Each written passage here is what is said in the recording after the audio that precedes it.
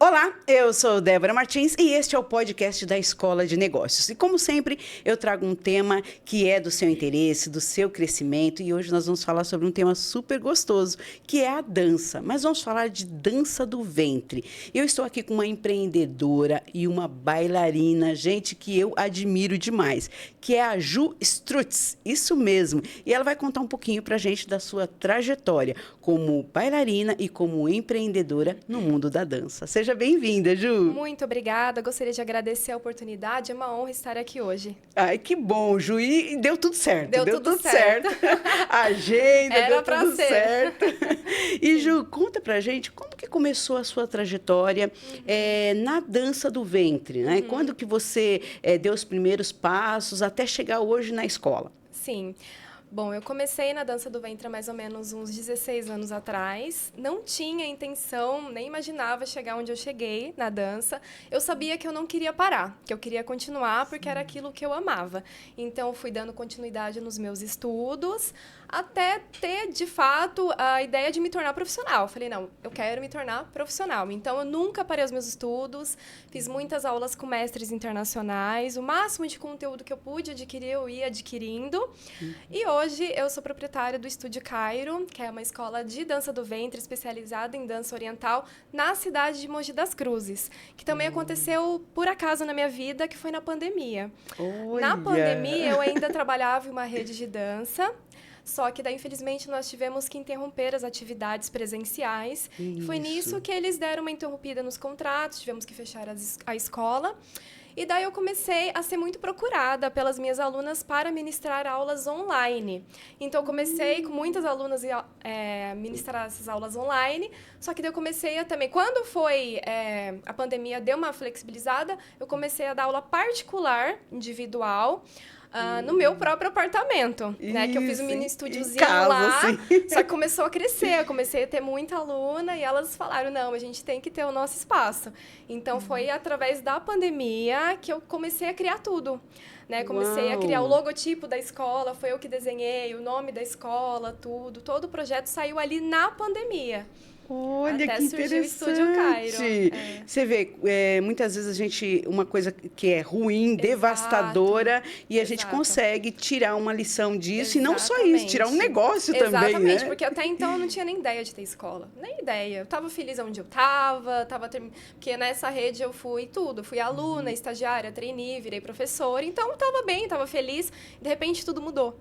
Foi na pandemia que tudo mudou. E era a sua casa lá, na verdade, né? Você se sentia em casa. Sim, porque foi exato. todo um crescimento. Foi todo um crescimento. Não foi só todo um da crescimento. dança, mas do profissional também. Exatamente. Isso. Exatamente. Ô, Ju, e é muito gostoso, assim, ouvir a sua voz, ver você, assim, né, de perto e falando também, porque a gente não tem esse contato, Não a gente tem. só vê o vídeo, a dança, as fotos, né, os verdade. eventos. Sim. Então, a professora segurando o certificado, a professora dançando, mas pouco a gente ouve a professora falando, né? Sim, é verdade. Porque o seu trabalho, ele entrega por si só, né? Sim, Ele exato. mesmo faz a entrega. Exato. E como surgiu essa parte que eu acho que é uma coisa que muita gente tem curiosidade a respeito dos campeonatos, desses eventos internacionais? Sim. Como foram surgindo? Foram convites que foram aparecendo ou você se inscreve? Como que funciona? Sim, alguns são convites mesmo, né?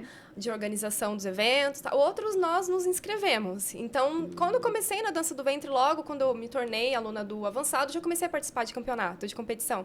Então, eu já gostava muito, porque não só essa questão de competir, mas ali você tem um feedback, né, sobre o que você precisa melhorar na sua dança. Então, é muito bacana, além dos prêmios, também ter essa avaliação dos mestres. Então, eu levei isso hoje para a vida. Né? Na minha escola, as minhas alunas amam participar de competição. Inclusive, quando eu inaugurei a escola, inaugurei em janeiro de 2021.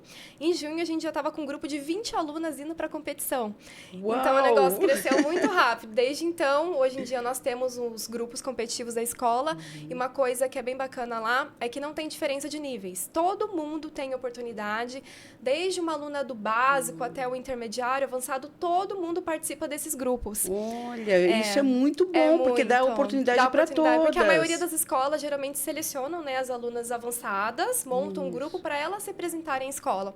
Lá não, lá nós temos o grupo do básico, o grupo do avançado, o grupo master, que é voltado para alunas de terceira idade, porque eu tenho um grupo de senhoras acima de 60 anos, que inclusive foram campeãs no ano passado já em vários festivais. Então é muito legal isso. Todo mundo lá tem oportunidade, todo mundo é amigo de todo mundo, é muito bacana. Que gostoso, Ju, que gostoso. Dá mais ânimo ainda da gente treinar, da gente dançar, de estudar, né? Isso tudo é muito bom.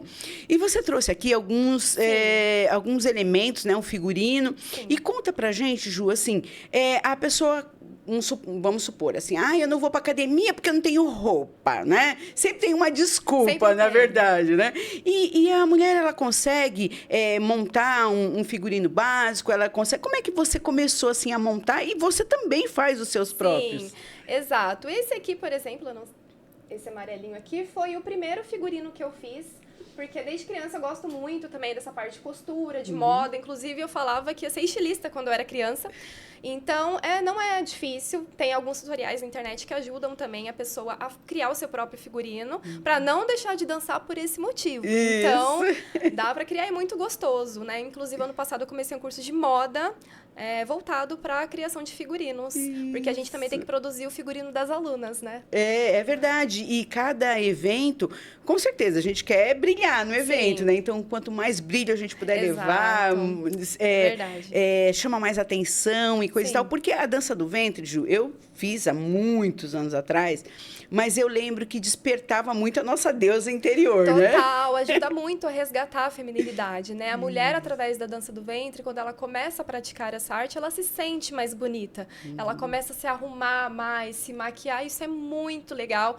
A parte mais gratificante, eu digo para minhas alunas, até me emociono, quando eu entro no camarim e eu vejo elas todas felizes, maquiadas, ali juntas, prontas para entrar no palco, é a coisa mais linda que tem. E muitas vezes não passava nenhum batom, né, Ju? Não. E através da dança ela vai descobrindo o próprio corpo, vai se gostando mais. Exatamente. Faz toda a diferença. Sim. E o que você trouxe aí, esses elementos? Esse cálice, esse outro sininho, o que são esses elementos? Aqui eu trouxe uma tacinha, né, que representa aqui o elemento fogo. Né? Nós geralmente utilizamos a dança com taça, assim como o candelabro, em eventos para homenagear as pessoas em casamento, aniversário. Então, nós praticamos bastante esse tipo de dança, né? Que tem essa, assim, simbologia. Dá para pegar aqui, ó. Que simboliza iluminar o caminho das pessoas que estão sendo homenageadas. Então, nós fazemos muito entradas de casamento, aniversários, e é muito bacana. Que é uma coisa também cultural, folclórica. Exatamente. Então, vocês trabalham muito com esses elementos também, Isso, tem né? os elementos e seus significados, né?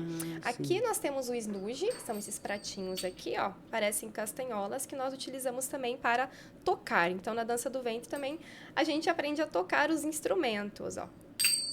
Então, só para vocês verem. Então, é muito bacana isso. Tem essa parte também que a gente aprende. Não é só a dança prática, tem a parte teórica, que são os ritmos que nós aprendemos também. E todos esses elementos que fazem parte aí da dança oriental. O véu, né, que é bem clássico da dança, característico, que eu acho que é o que a maioria conhece. E o lencinho de quadril, que é indispensável aí numa aula de dança. Inclusive, na minha escola, eu deixo sempre uma gaveta cheia de lencinho para as alunas chegarem lá e pegarem o seu, quem não tem. E é muito bom isso, né, Ju? Da mulher poder experimentar. Exato. Eu acho que é super válido essa coisa de...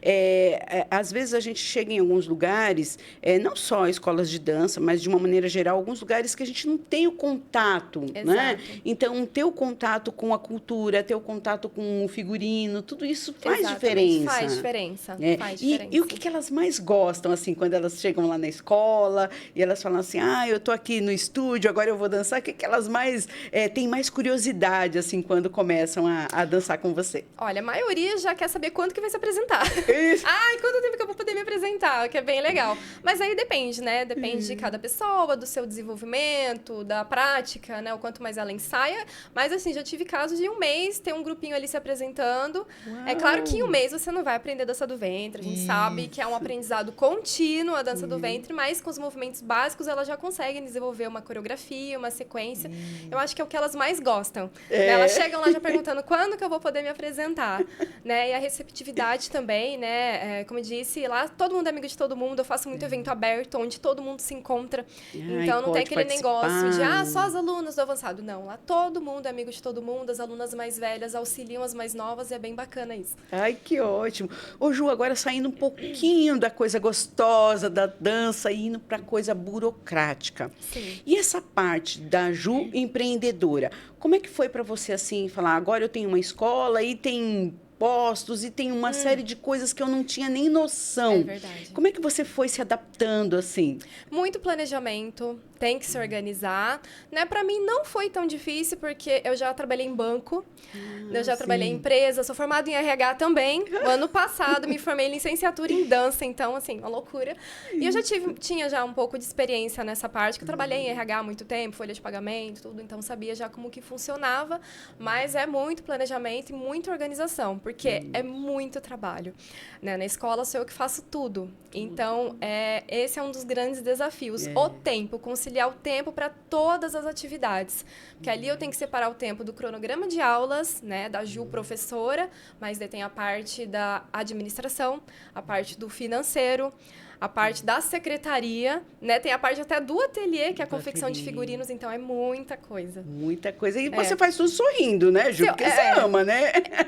Assim, eu costumo dizer que eu trabalho 24 horas por dia, mas muito feliz. Isso. Né? Muito feliz porque eu faço o que eu amo, então eu não consigo parar. Olha, que ótimo. E me diz uma outra coisa, Ju. Quando você pensou assim, agora eu tenho uma escola. E agora, né?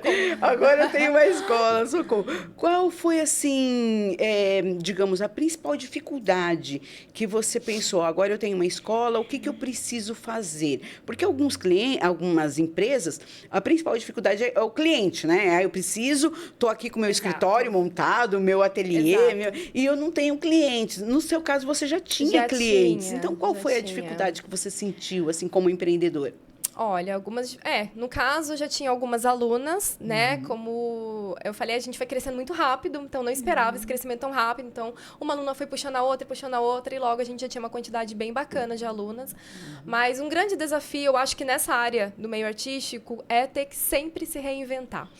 A gente tem que criar conteúdo ali diariamente, até por conta da concorrência, então a gente tem que ter um diferencial. A gente tem que oferecer aquilo que a outra escola não oferece. Então, isso é uma parte bastante difícil, porque a gente tem que estar ali ligado no 220, pensando qual vai ser a próxima coisa que a gente vai fazer, a próxima etapa, qual o próximo projeto, porque a gente tem que ter esse diferencial. Tem sempre que estar se reinventando. Não adianta a escola de dança ficar estagnada, não adianta, não dá para virar rotina. A gente sempre tem que criar coisas novas. Olha, que interessante. Tem alguns vídeos que a Ju trouxe, eu vou pedir pro Vitor colocar aqui pra gente. Esses vídeos são do quê, Ju? Eu trouxe 3 vídeos curtos. Um é sobre a escola, o outro é das minhas viagens internacionais e o outro, acho que é dos prêmios. Quer que coloca aí? Isso. Vou ter que tirar a escola de negócios. Pode tirar. É curtinho, 20 segundos cada um, eu acho. Bom, peraí. Então, enquanto o Vitor está gravando, Vitor? Tá gravando. Então, enquanto o Vitor vai colocando aqui, que aqui é ao vivo o negócio, é ao vivo.